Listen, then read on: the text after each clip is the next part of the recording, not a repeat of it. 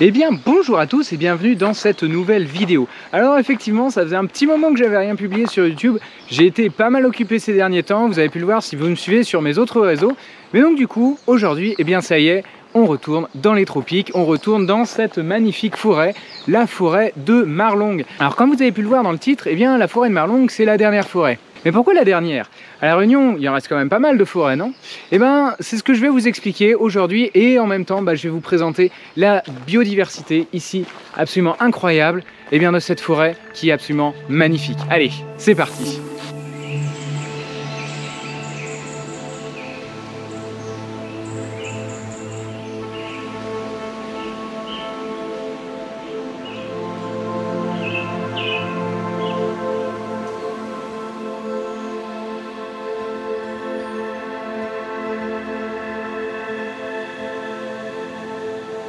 Alors Marlong, c'est une forêt humide de basse altitude. Alors il vient tout juste de commencer même à pleuvoir, mais là je suis protégé par la canopée, donc c'est relativement agréable.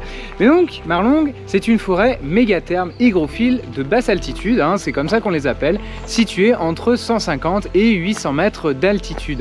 Alors malheureusement aussi Marlong, eh bien c'est la dernière forêt, puisque eh bien, les activités humaines et notamment l'exploitation de la canne a petit à petit rongé sur ces forêts. Et bien du coup pour la protection de ce patrimoine, Marlong est classée réserve naturelle depuis 1981. Mais vous allez voir, Marlong, elle est plus vieille que ça. Eh bien plus vieille, pas tant que ça au final. Parce que Marlong, la forêt de Marlong repose sur un socle de sol qui est une coulée de lave qui date d'il y a environ 500 ans. Donc finalement la forêt qu'on voit autour, derrière moi, partout, eh bien c'est uniquement une forêt de 500 ans qui s'est développée dans une région de basse altitude dans les tropiques. Donc vous pouvez voir l'incroyable diversité, vous pouvez sûrement aussi l'entendre. Voilà, comme par hasard, les oiseaux se sont tus parce qu'ils recommencent de nouveau à pleuvoir. Effectivement, là on est à la côte sous le vent et donc on se prend les alizés et du coup on se prend avec finalement toute la pluie qui arrive. Mais donc c'est ce qui fait aussi ce côté luxuriant que j'adore avec le développement de ces fougères absolument partout. Enfin bref, la biodiversité ici est absolument incroyable. Et d'ailleurs Marlong, c'est la forêt la plus suivie par l'Université de La Réunion pour pouvoir comprendre son fonctionnement, mais pour pouvoir aussi la protéger et la conserver.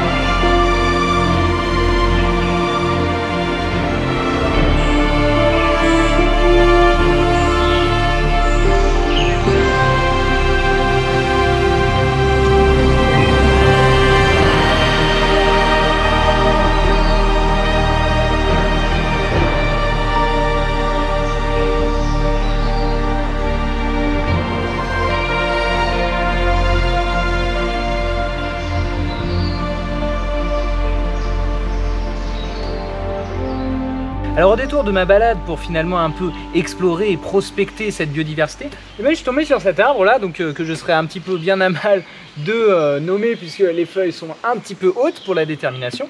Mais cet arbre, il a la particularité de faire, vous voyez devant moi, un contrefort. Alors à quoi ça sert un contrefort?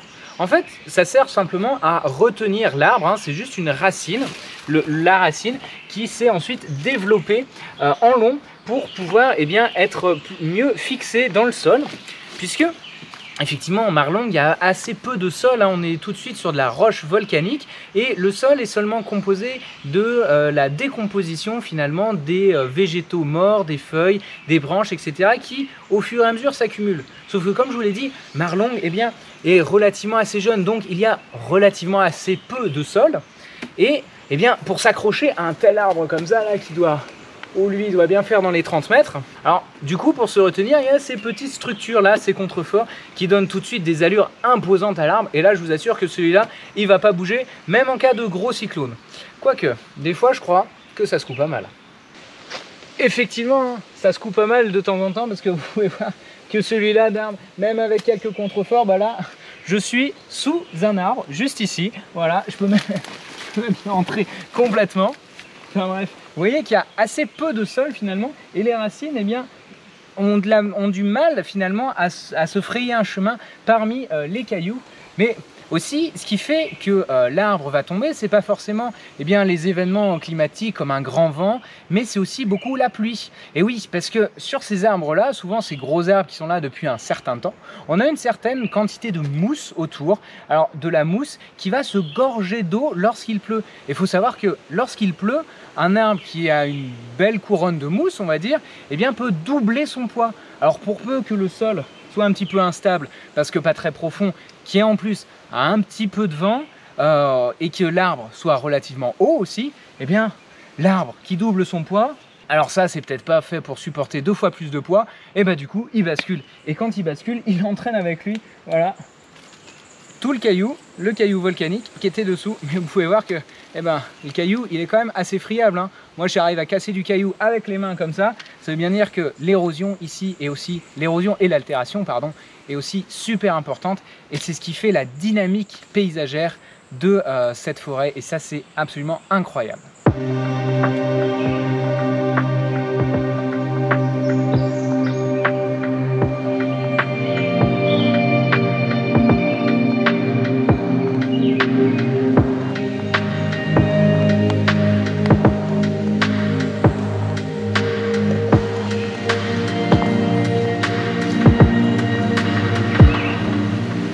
Alors la forêt, comme je vous l'ai dit, repose sur une coulée de lave. Mais qu'est-ce qu'il y avait du coup avant cette coulée de lave? Eh bien, une autre coulée de lave. Et oui, c'est les îles volcaniques, hein, elles sont faites en millefeuilles, de coulées de lave successives. Sauf que, eh bien, on va retrouver du coup quelque chose d'assez intéressant.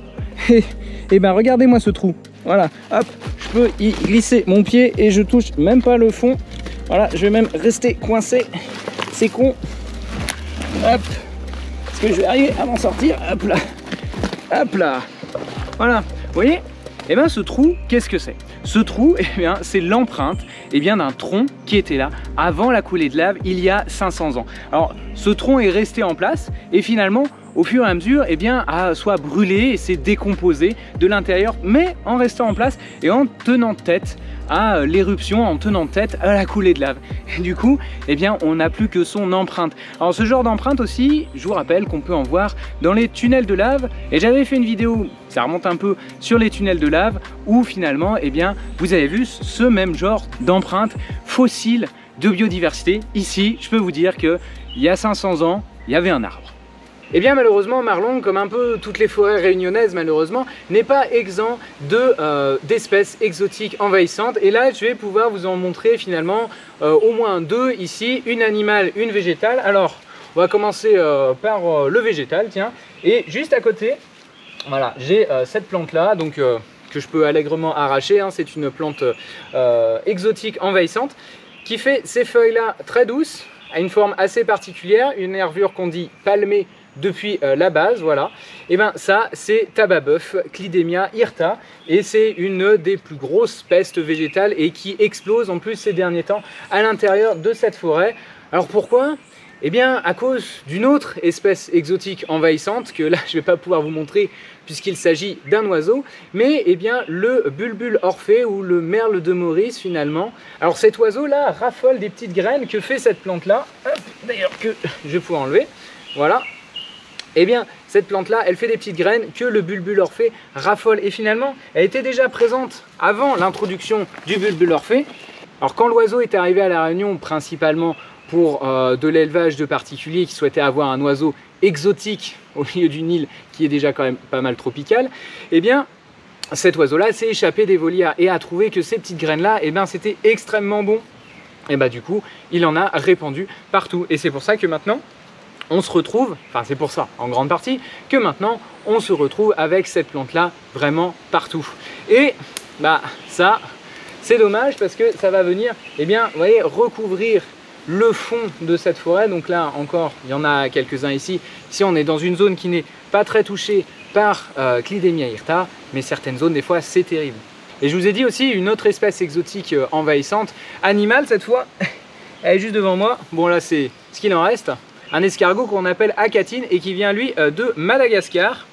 Et le problème avec cet escargot là, c'est que vous voyez la taille, vous pouvez imaginer que cette bestiole là, ça mange pas qu'un peu. Et le problème, c'est que ça va venir manger eh bien, les plantules des arbres indigènes et endémiques ici. Et donc finalement détruire ce qu'on appelle le recrutement des arbres et couper court finalement à la régénération de la forêt. Et finalement cette bestiole-là eh bien, coupe court à la régénération de la forêt en mangeant les petites plantes.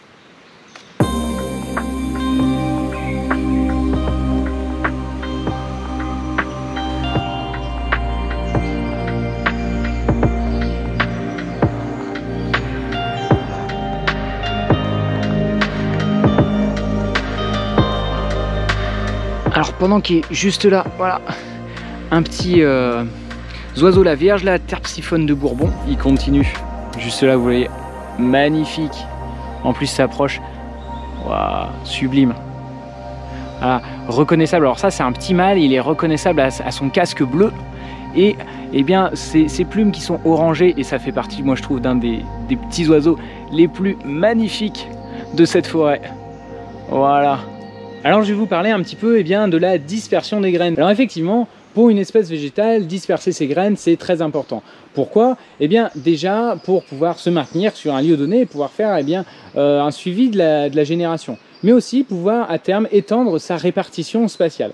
Sauf que ici, dans les Mascareignes, sur l'île de la Réunion, on fait face à un problème qui est la perte de disperseurs. Effectivement, certains gros disperseurs, comme par exemple les tortues terrestres, mais aussi les perroquets, eh bien, ont disparu parce qu'ils ont été trop chassés par les hommes. Et du coup, les espèces qui se basaient un petit peu dessus, entre guillemets, pour répandre leurs graines dans le milieu, eh bien, aujourd'hui, font face à un problème, c'est qu'il n'y a personne pour semer. Alors aujourd'hui, eh bien, la perte de disperseurs, c'est quand même un gros problème qui va mettre en danger certaines espèces, puisque eh bien, les arbres, ils sont là, ok, l'espèce est là, mais lorsque eh bien, il n'y aura plus de petites plantes et que les arbres vont mourir, eh bien, l'espèce, malheureusement, va s'éteindre. Donc, c'est pour ça que la perte de disperseurs, c'est quand même aussi un des facteurs les plus importants de perte de biodiversité. Alors, pour continuer sur la dispersion des graines, ici, on a quelque chose d'intéressant.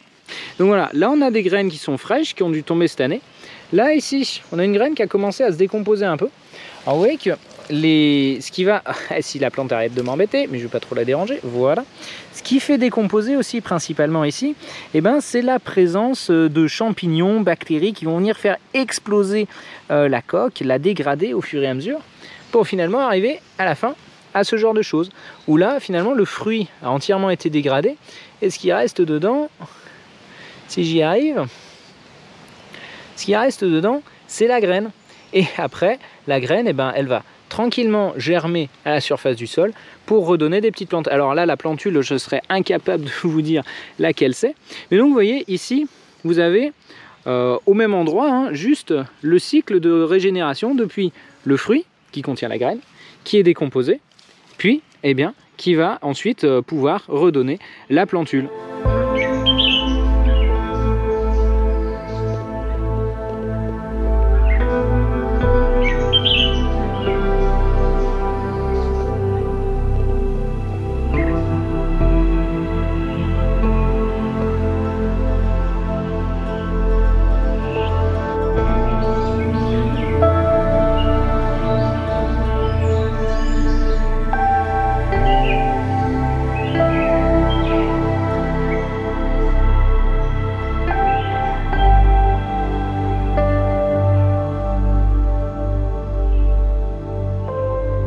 Alors voilà, là, tranquillement assis entre les contreforts de ce bon pied de bois là, je vais vous montrer une petite particularité morphologique des feuilles qu'on trouve dans les forêts tropicales. Alors voilà, là je vous montre une feuille, bah, en soi rien de particulier, si ce n'est le bout. Effectivement, le bout finit en pointe ici. Alors la feuille, quand elle est sur l'arbre, elle est comme ça. Et ici, on va se retrouver avec un bout. Faites l'expérience, là je peux pas parce qu'il s'est arrêté de pleuvoir, mais posez une goutte d'eau dessus. Et bien la goutte d'eau, elle va ruisseler, hop, jusqu'à arriver au bout. Et au bout, elle va faire une goutte d'eau et elle va tomber encore plus bas. Et oui, quand il pleut, cette petite morphologie là, particulière, qu'on appelle le drip tip, va permettre aux feuilles finalement eh bien, de rester sans eau dessus. Alors pourquoi pas d'eau pour les feuilles? Bah, parce que dès qu'il va faire du soleil, ici c'est comme en Bretagne, il fait beau plusieurs fois par jour, hein. J'ai maintenant un grand ciel bleu, tout à l'heure il pleuvait, bref, et ben l'eau qui va rester, puisqu'elle va avoir du mal à s'évaporer du fait de l'humidité constante, eh bien va faire loupe avec le soleil et va brûler la feuille. Et lorsque la feuille brûle, forcément après elle peut plus remplir son rôle de photosynthèse. Donc il est très important pour un végétal d'évacuer finalement l'eau qui se situe sur ses feuilles. Et donc ça se fait en partie grâce à ce petit drip tip. Et bien voilà, c'est déjà la fin de cette vidéo. Alors ça y est, grand retour en milieu tropical. Alors promis, j'essaierai de faire du contenu un petit peu plus régulier. Mais en attendant, si vous voulez me suivre, n'hésitez pas à le faire sur mes différents réseaux où je suis un petit peu plus actif que sur YouTube. Mais je vais essayer de faire en sorte que ça change. Et puis il y aurait encore pas mal de choses à dire sur cette forêt de Marlongue, sur cette biodiversité extraordinaire qu'on a à l'intérieur, notamment aussi peut-être sur la biodiversité nocturne. Alors n'hésitez pas à me dire en commentaire si vous avez apprécié la vidéo et si d'autres vidéos un peu plus découvertes de la biodiversité dans cette forêt avec peut-être la biodiversité nocturne, ça vous intéresse.